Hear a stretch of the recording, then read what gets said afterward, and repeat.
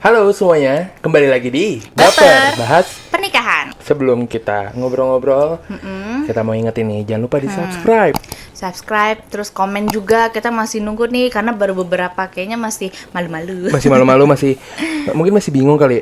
Kayaknya enak nggak ya kalau misalnya gue ngomong Nanya ini di atau, kolom komentar gitu atau kan. ngebahas ini. Cerita aja, nggak apa-apa. Kita tuh juga masih belajar. Dan di episode kali ini kita akan ngebahas tentang sesuatu yang waktu itu kita obrolin berdua di awal-awal pernikahan. Apa itu? Yaitu mitos-mitos seputar pernikahan. Jadi nih, banyak banget orang yang ngasih tahu ke kita ya, Syar. Dari orang tua, terus habis itu sepupu, saudara, apa segala macam. Dan Syara buka GoFood. Ketawa aja sih.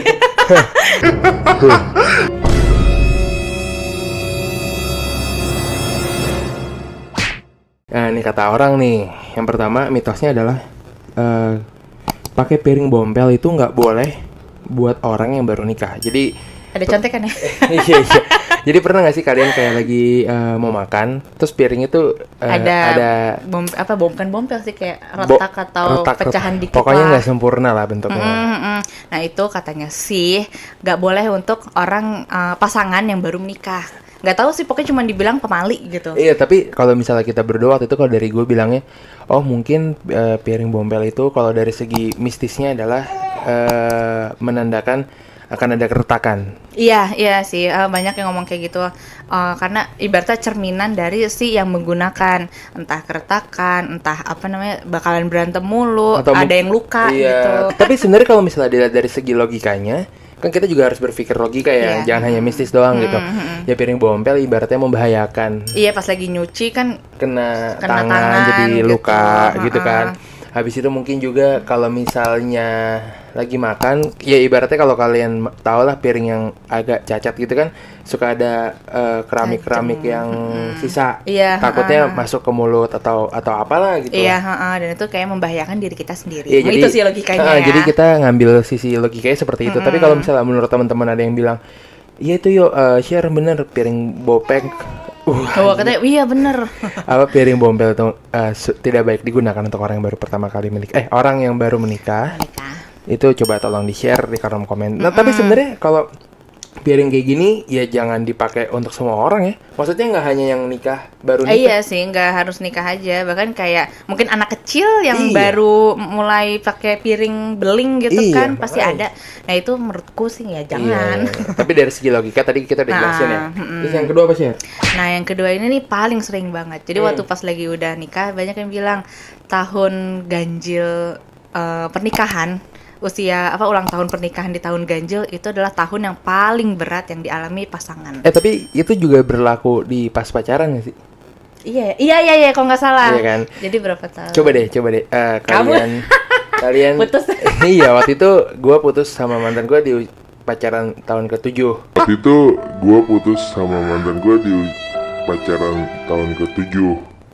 Habis itu ada yang tahun ke-5, tahun ke-3, pas banget ganjil. Emang ganjil, ya kebetulan aja. Nah, tapi coba deh kalian merefleksikan diri kalian ke hubungan kalian gitu ya. Pas lagi pacaran, misalnya nonton masih pacaran gitu. Masih pacaran, bener nggak sih? Terus menurut kalian kalau mungkin ada logikanya kenapa? Karena emang dari kemarin tuh kita mikir, iya ya kenapa ya kok tahun ganjil? Kenapa tahun ganjil gitu? Iya, kenapa? Mungkin lebih ke arah kenapa kebanyakan di tahun ganjil. Iya, kenapa kebanyakan di tahun ganjil dan terbukti gitu loh. Maksudnya kok di tahun ganjil gitu ada orang bermasalahnya di tahun ganjil gitu loh.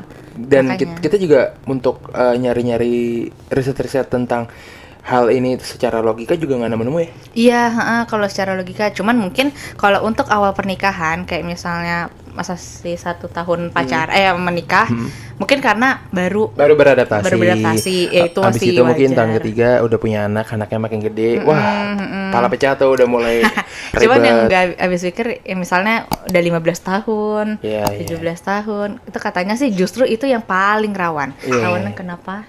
Karena perselingkuhan katanya sih gitu. Ya. Coba dong kalau kita juga masih nyari-nyari, siapa tahu kalau misalnya kalian yang nonton nih, coba dong kasih tahu, atau mungkin kalian lagi ada di fase itu. Makanya udah berapa belas tahun atau berapa tahun lah, cerita dong. Lalu yang berikutnya adalah ini mitosnya nih ya. Kalau misalnya istri kerja itu nggak boleh pulang terlalu larut malam. Iya, aku pernah denger sih kayak gitu.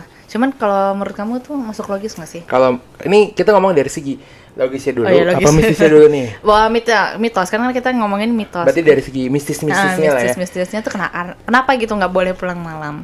Mungkin karena pulangnya harus pagi kan? Dugem dulu kali ya.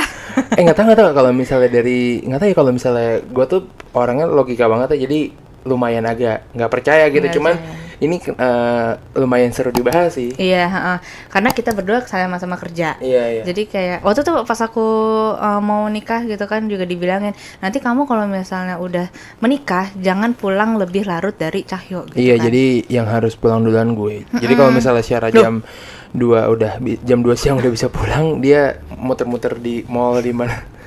Ya tapi emang iya sih, dulu kan kita kayak gitu. Aku nungguin kamu. Iya, nah itu kalau dari segi logikanya itu ya, maksudnya Iya, mending bareng. biar kita bisa bareng. Pertama bisa irit, habis itu bisa lebih aman kan. Lebih aman kan, maksudnya bareng sama suami. Tapi nggak jarang juga aku lebih lama dari kamu. Iya. Dan kamu yang nungguin aku. Dan selalu, apalagi Syara di TV gitu ya, pernah ada syuting sampai malam banget, bahkan sampai pagi juga pernah. Iya, ingat nggak sih waktu pas Ramadan? Iya, pas Ramadan dia harus kerja malam. Ini tapi kerjanya halal ya. Iya, nah itu katanya kalau misalnya segi logisnya takut dikira kerja yang gak halal. Iya, tapi kalau misalnya dari alasan logika yang lain, dari segi logis yang lain itu mungkin pamalinya adalah nggak bisa ngurus rumah. Iya, habis itu jadi nggak bisa ngobrol bareng sama suami. Iya, karena itu mitos dari itu juga katanya, iya nanti kalau misalnya pulangnya kemalaman daripada suami ini loh selingkuh katanya gitu. Iya, ibaratnya mungkin bisa ada pelarian kalau di rumah bosan, tiba-tiba buka Instagram, ada yang upload foto lumayan menarik di DM apa segala macam, nggak ada kesepian kan, bisa jadi kan? Iya, emang bisa jadi. Semua kemungkinan bisa jadi kok. Semua kemungkinan itu ada. Dan gak cuman karena perempuan yang pulang malam.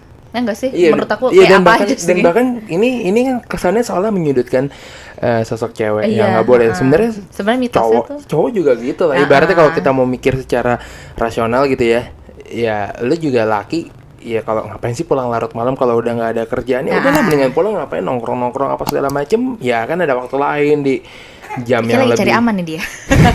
Jam yang lebih ideal gitu loh. Ya, sama-sama lah ya. Sama makanya mungkin itulah alasan logikanya logisnya itu adalah biar bisa ada komunikasi sama keluarga di rumah. Karena komunikasi adalah yang paling penting. Penting banget. Nah, terus lanjut itu. Ini yang terakhir nih kalau dari kita nih. Jadi suka dikasih tahu lah sama orang tua, sama saudara, kalau misalnya masak, terutama masak nasi, kalau istri yang masak sendiri gitu ya, terus hasilnya bau, tuh katanya ada malapetaka. Iya, jadi kayak ada pertanda. Ya, jadi gitu. Sign dari semesta iya, untuk katanya sih kalian. Gitu. Rumah tangganya akan ada prahara. Lebay. Padahal emang berasnya aja jelek. Tapi sebenarnya kalau misalnya itu kan dari segi mistis, mitos. Tapi kalau dari segi logiknya, ya bisa sakit perut, ya kan, masalahnya misalnya. Iya, gitu. Misalnya pas lagi hasil nasinya tuh berlendir gitu kan, berarti itu emang udah nggak bagus kan. Ya jangan dimakan. Jijik lah ya kali. Iya, selain bisa sakit, itu bisa bikin emosi. Logikanya gini deh, misalnya kayak gua udah lapar ya. Iya, lapar banget. Terus Syara masaknya nggak bener atau apa, pasti kan emosi kan. Iya, ini gimana nih? Bener juga. Ini berkepikiran iya kan? Nah, itu dia makanya banyaklah mitos-mitos yang ada di sekitar kita ya. Coba kalian tahu mitos tentang apa, tentang pernikahan nih. Siapa tahu ada lagi misalnya matok ayam, kenapa? Iya, atau mungkin kayak ada lagi mitos yang kita lupa tulis di contekan adalah kalau bisa bangunnya jangan terlalu siang. Kalau dulu kan ibaratnya dibilangnya rezeki dipatok ayam apa segala macam. Ini nanti dibilangnya anaknya jadi pemalas nih, anaknya jadi nggak nurut nih apa segala iya macam. Sih. Iya benar. Karena orang tuanya aja udah bangun siang. Iya, jadi gitu. ibaratnya logikanya kayak gitu ya. Gimana mau minta atau apa ya, belajar dari karena anak itu belajar dari orang tua. Iya, ibaratnya gimana mau ngajarin anak yang baik kalau misalnya orang tuanya tidak mencontohkan yang baik. Habis itu ada lagi tuh share kayak misalnya mitos, tapi nggak tahu ya ini kalian yang nonton juga punya atau pernah dengar nggak sih mitos ini gitu? Sekarang kan zaman era sosial media, katanya jangan terlalu sering mamerin anak atau keluarga. Oh ya, pernah dengar. Tapi aku waktu itu ini sih hamil. Oh iya. Waktu iya. itu inget apa namanya mitosnya, jangan kalau lagi hamil tuh jangan dipublikasin banget. Iya, apalagi ke usia kehamilannya baru sebulan, 2 Masih bulan, muda 3 bulan. gitu katanya sih. Nah, ini kita lihat dari sudut pandang logikanya aja kali ya. Mungkin takutnya jadi bahan inceran maling, penculik. Penculik sih, iya sih banyak juga apa namanya penculik perempuan hamil. Iya, habis itu penculik bayi. Iya, karena udah diincar kan. Wah nih usia kandungannya udah segini, berarti ntar berapa bulan lagi gitu, kayak Iya. udah dihitung gitu. Dan kalau misalnya sebenarnya kalau gue pribadi gue juga nge-share tentang Gino, tentang Shera gitu.